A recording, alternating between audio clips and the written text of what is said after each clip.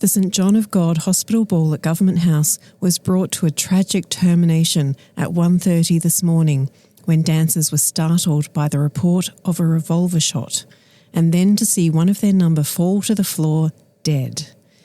It appeared from the meagre details available that while dancing, an engineer named Gidley from the motor ship Kangaroo was fatally shot by a young woman named Audrey Jacob, who resides at Surrey Chambers, St George's Terrace. No motive for the crime is so far known. The woman has been arrested on a charge of murder.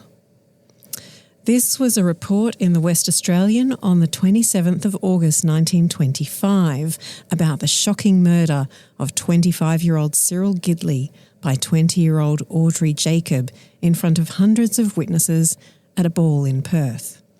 But the most incredible part of the whole story is that Audrey Jacob was never convicted of any crime. It is the original murder on the dance floor, and I'm going to tell you the whole sordid tale in today's episode of Rat Bags and Roustabouts. I'm your host, Marion Langford.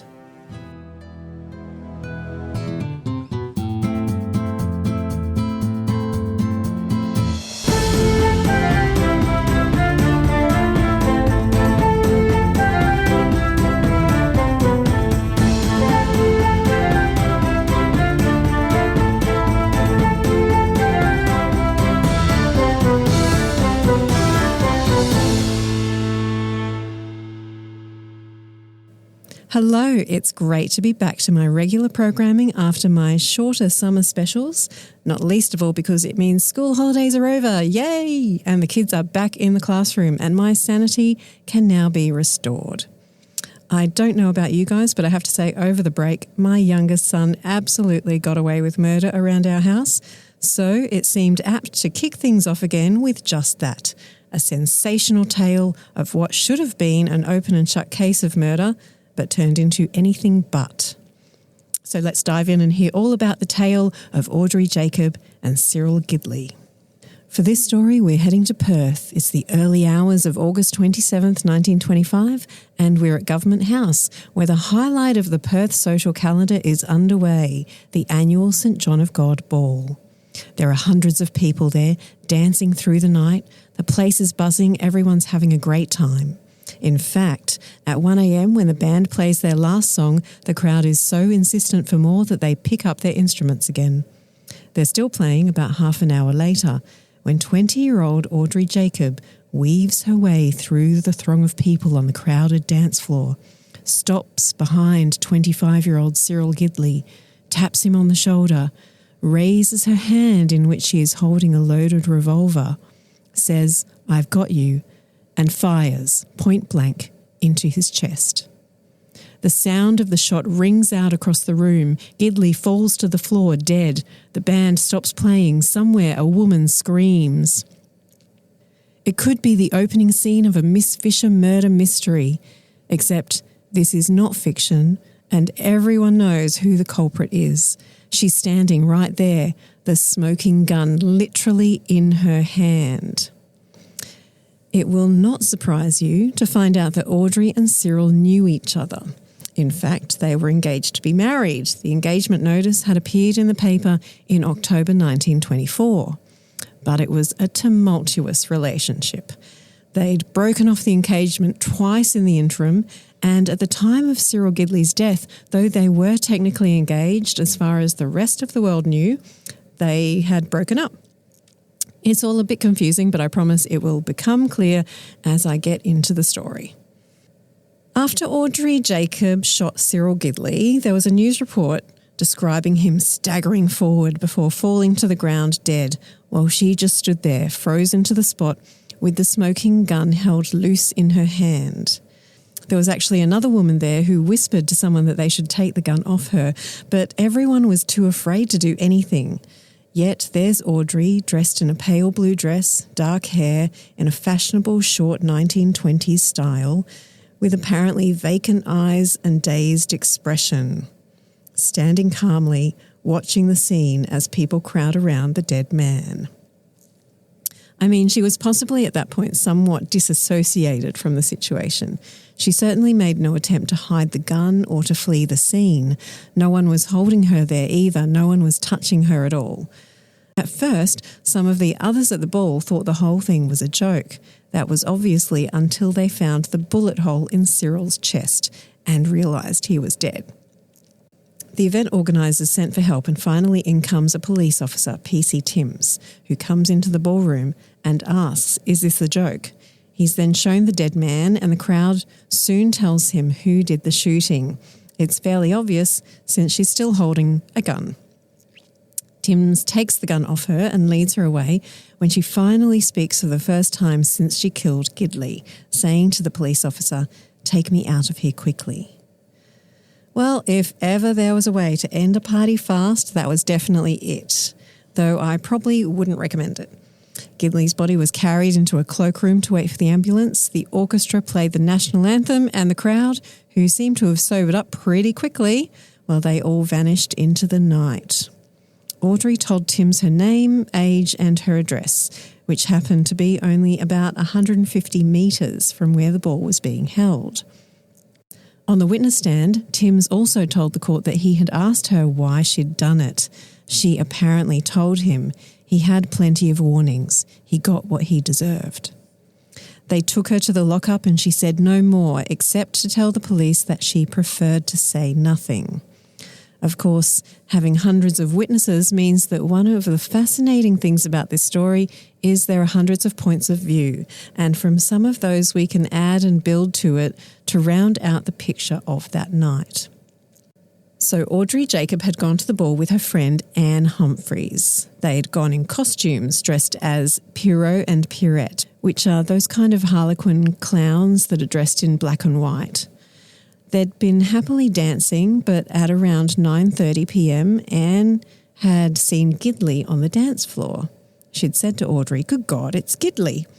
This was a surprise to both women because Cyril was a ship's engineer and Audrey was under the impression that he'd sailed for Singapore about a week earlier.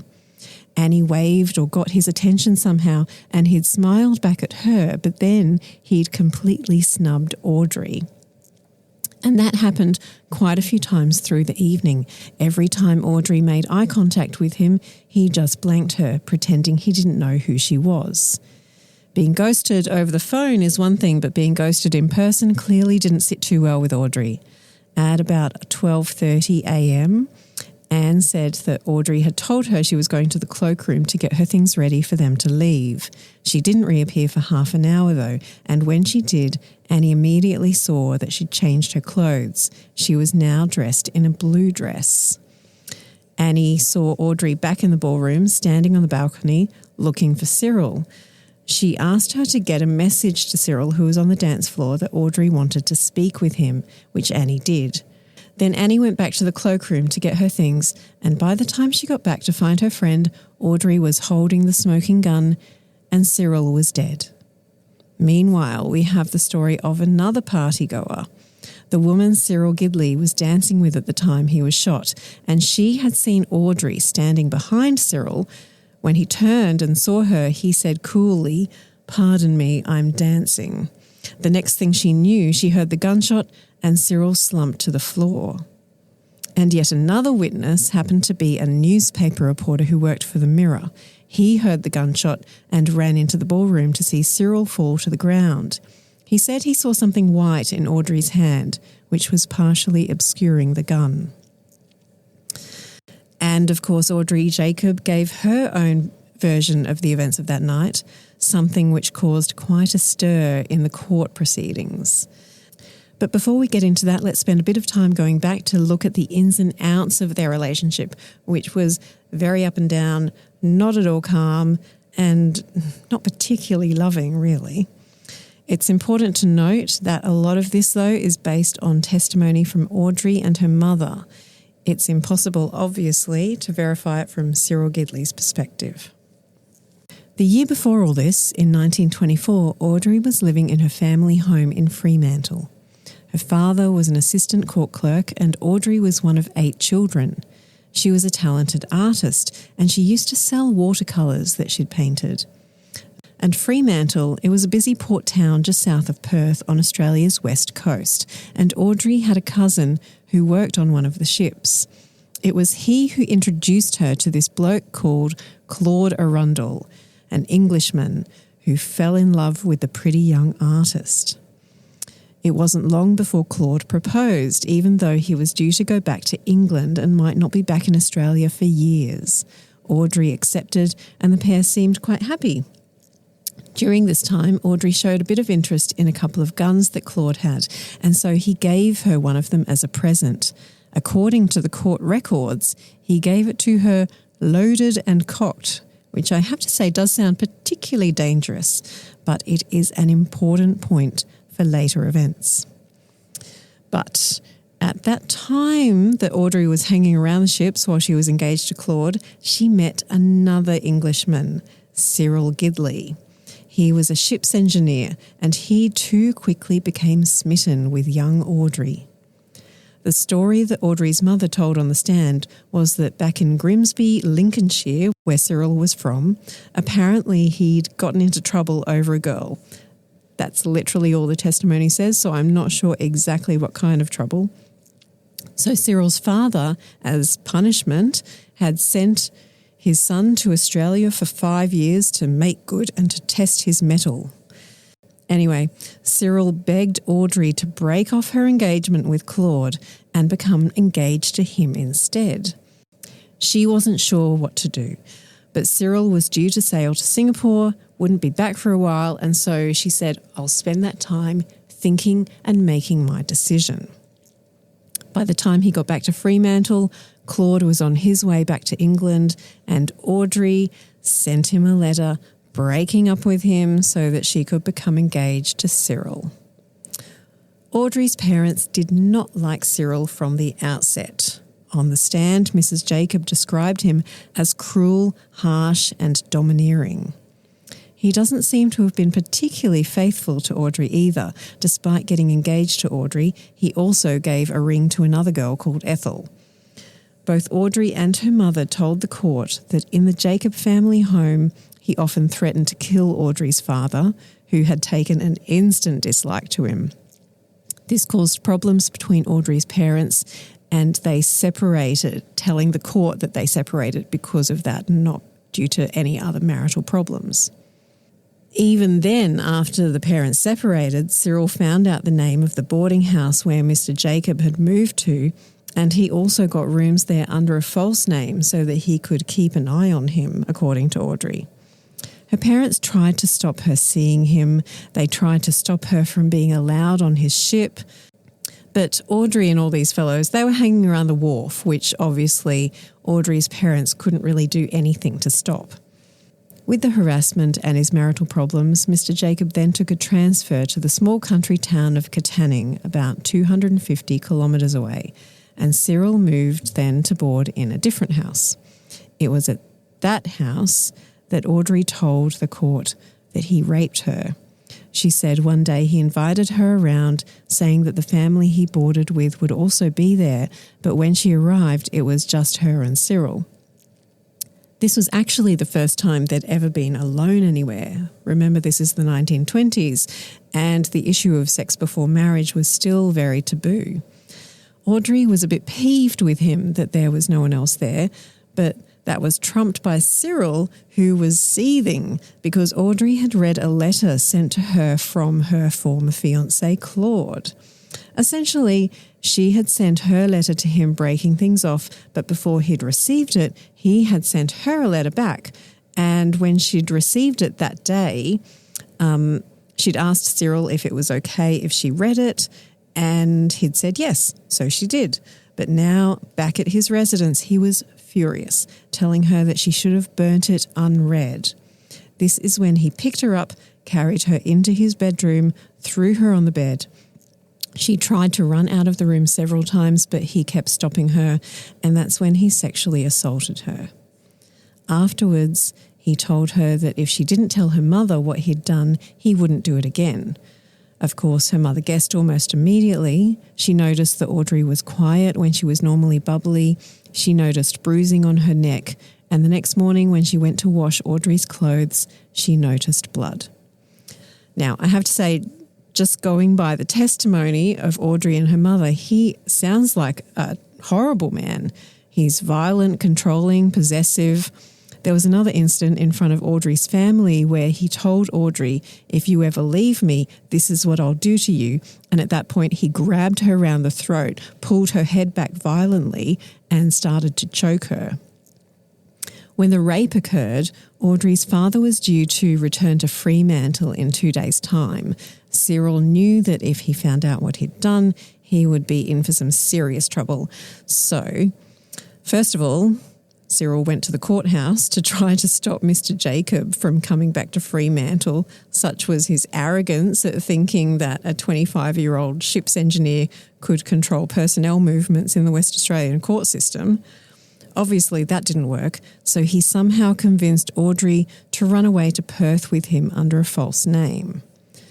If this testimony is all correct, he really did seem to have her under his thumb because she agreed to that and they went to Perth for a time, living separately but seeing each other all the time, until Audrey then found out that he'd been sending some letters to her mother which were telling lies. And so they were sitting one day at Cottesloe Beach arguing about this when Cyril took the ring off her hand and threw it into the ocean. Then he told her that they were still engaged, but no one in the world would know about it. So then Audrey went back to Fremantle, moved back in with her mum, and her father forbade her from seeing Cyril ever again. Of course, that didn't stop her. Eventually, she decided to take up her painting studies again, and so this time she moved to Perth, but with her family's blessing. She took rooms at Surrey Chambers in the centre of the city. She lived there with her best friend, Annie Humphreys. Now, while she was there, there was an incident one day where she got home and her room, someone had been in her room. They'd stolen her diary and some letters. And then not long after that, she was home one night.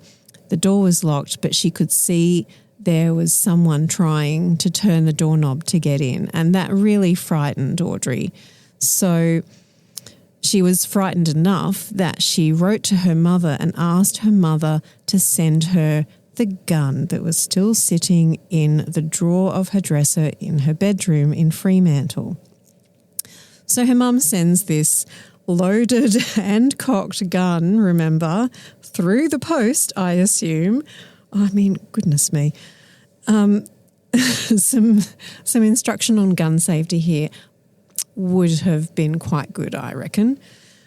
Anyway, she gets the gun. At this time, Cyril knew that she was living there and the pair still saw each other. They were still engaged, even though she no longer had a ring, since it was now somewhere at the bottom of the sea. And as far as the rest of the world was concerned, they had broken up. Their vague plans seemed to be that as soon as Audrey turned 21, they could kind of do as they pleased. So, we're now at 10 days before the ball. Audrey went to see Cyril, and at that time he said that his ship, the Kangaroo, was sailing in a few days for Singapore. She assumed that he would be on it, and that's why she was so shocked when she saw him that night at the St John of God ball. And this nicely brings us back to what Audrey told the court on the stand as her version of the events of that night. Her lawyer, Arthur Haynes, was this star lawyer, and this was one of the cases that kind of made his career. And for him, when it came to forming a defence, he had a few options to go for. This was a capital offence, so if she was found guilty, she could have been hanged or get life in prison. So for his defence, he could have gone with temporary insanity, which, yes, it was a defence 100 years ago, and in fact it was defence long before that, and of course is still a defence today. Many people expected him to try that. Then there was this thing that kind of gets woven into the court testimony, which is called unwritten law. Now, essentially it's the idea that if you've been wronged so badly, a reprisal is kind of accepted. He definitely skirted around this during the court case, but clearly the judge was very unimpressed with it, pointing out that it is not law, with Haynes quipping back, well, that's because it's unwritten. But the unwritten law idea actually did get a lot of mileage in the press and in the media.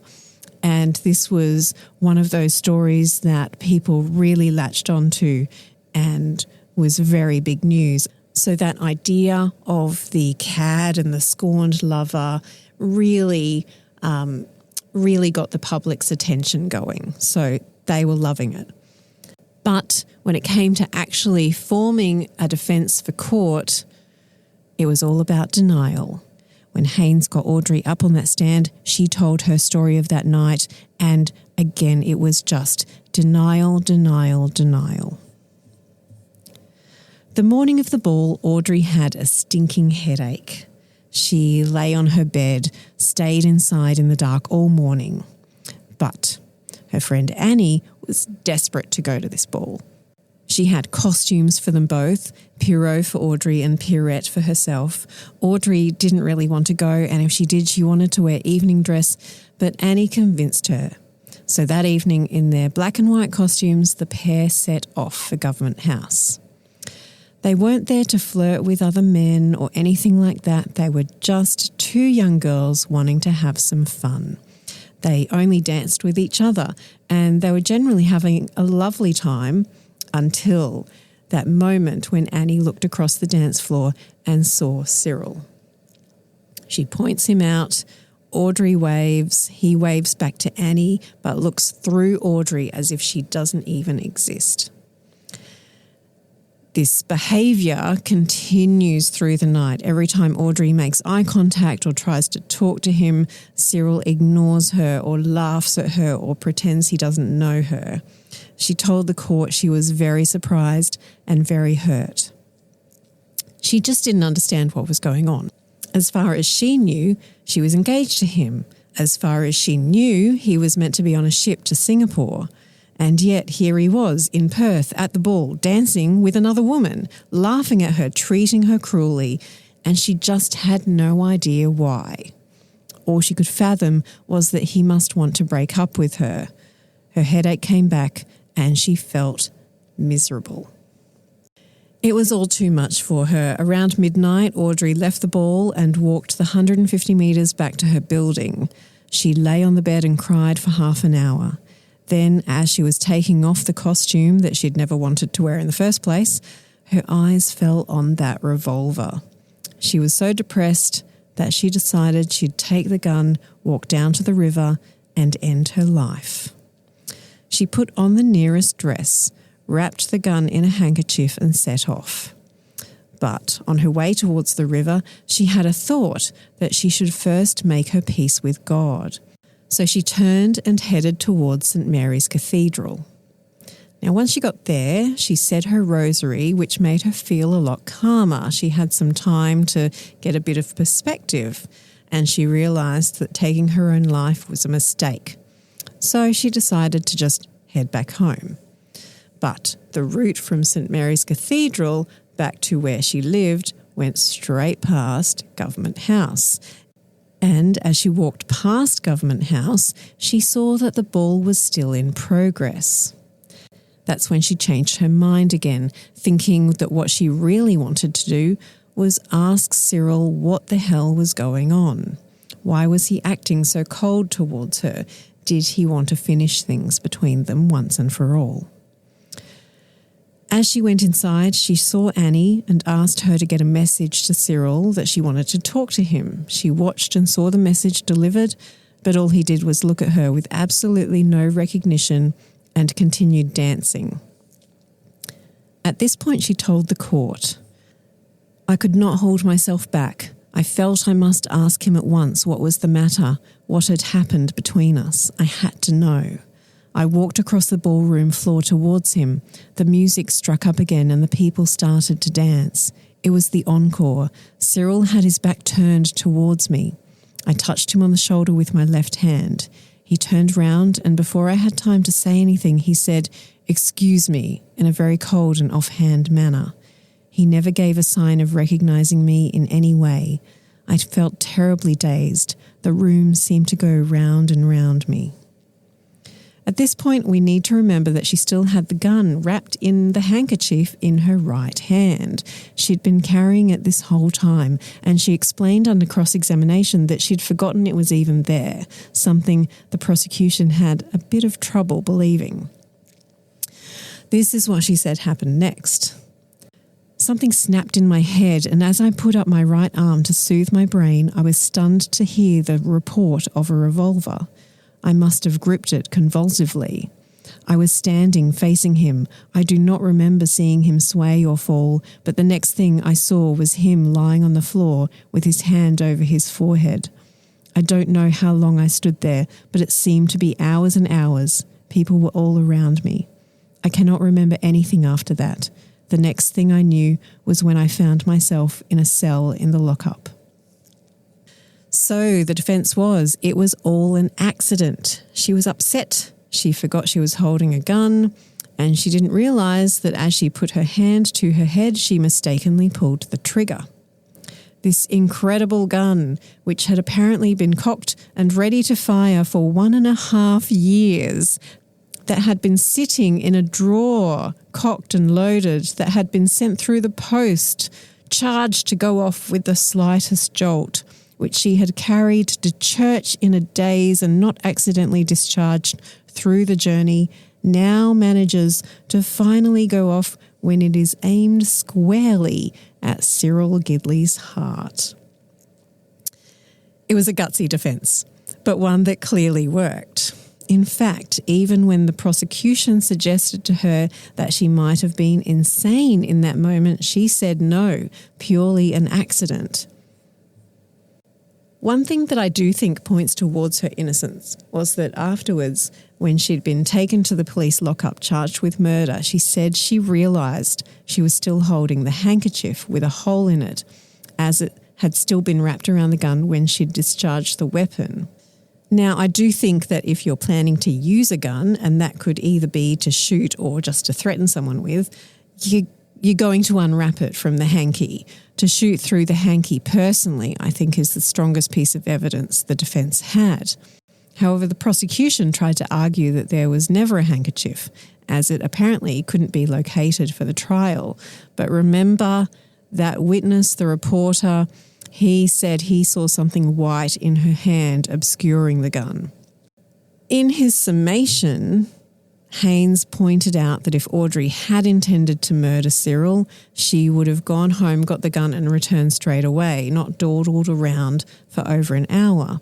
He also asked why would she have tapped him on the shoulder when she could have easily shot him in the back when she got to him on the dance floor. And he also questioned why, if murder was her intention, would she have chosen to commit that murder in the middle of a dance floor in front of hundreds of people. She could have waited to corner him in a vestibule or an anteroom where no one would see her. She would have worn an overcoat to hide the gun in. She would have run away straight away. Haynes had spent a long time during the course of the trial laying the foundation of this young girl who fancied herself in love with a man, but that man treated her shockingly, cruelly, who was violent towards her, who took her virtue, who threatened her father's life and her own life. A girl who in the end just wants to know if he is done with her or not, and who was caught up in this terrible accident that may ruin her life. He even said in his closing argument, "I conclude by asking you whether this young flower is born to blush unseen and waste her fragrance on the prison air." So, are you ready to clear Audrey of the murder charge? Are you going to agree with the jury and let her walk free? If we are to believe the testimony of Audrey and her family, Cyril Gidley was a horrible man and probably deserved what he got, even if it was unintended. But there's always another side to the story, so let's hear it. According to research done much more recently by the WA State Records Office and the University of Western Australia, there were a few things left out of the court proceedings that might have affected the verdict. And it starts with that star lawyer, Arthur Haynes. An article by the ABC in 2020 says that Haynes started swaying public opinion weeks before the trial even started through the media. Now, I told you before it was a massive case and it really got the public attention. On top of that, though, apparently Haynes was friends with the owner of the Mirror and was even employed by the Mirror to check stories before publication for libel.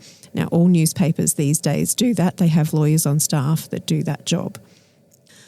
But you can see that is quite a conflict of interest. If a lawyer is literally doing a legal check on a story about a case where he is the defence lawyer, I mean, it just would not fly today.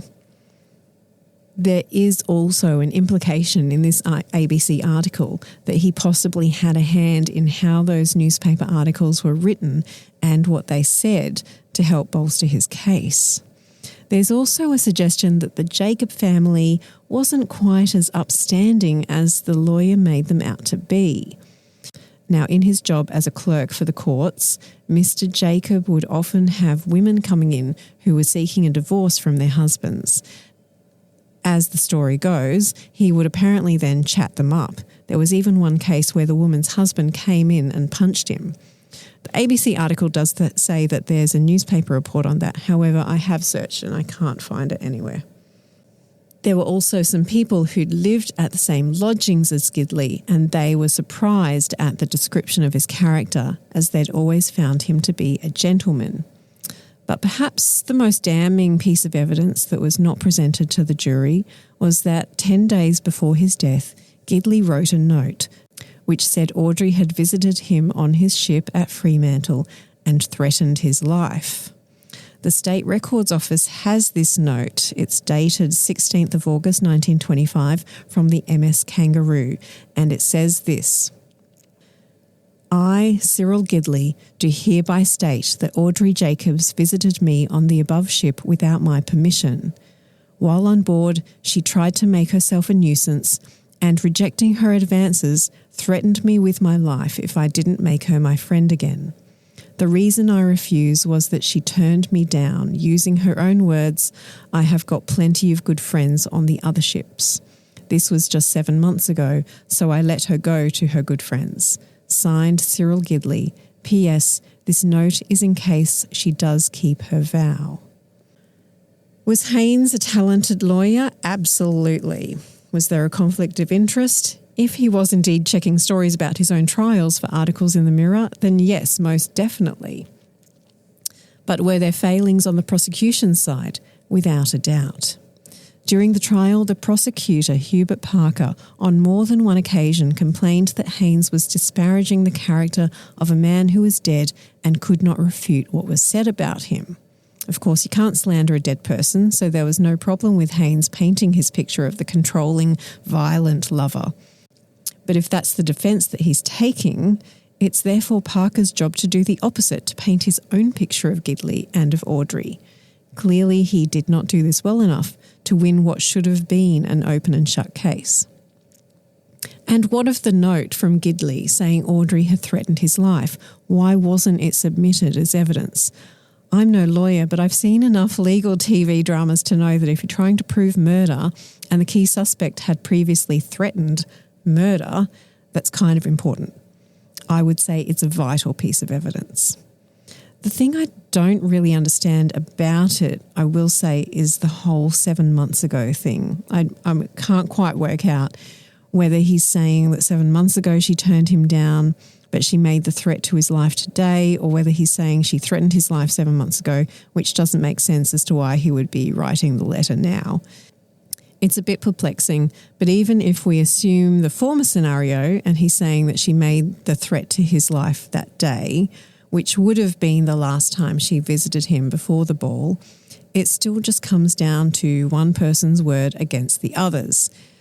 It could also just be a way for him to gaslight her, for him to protect himself should he later do something to hurt her.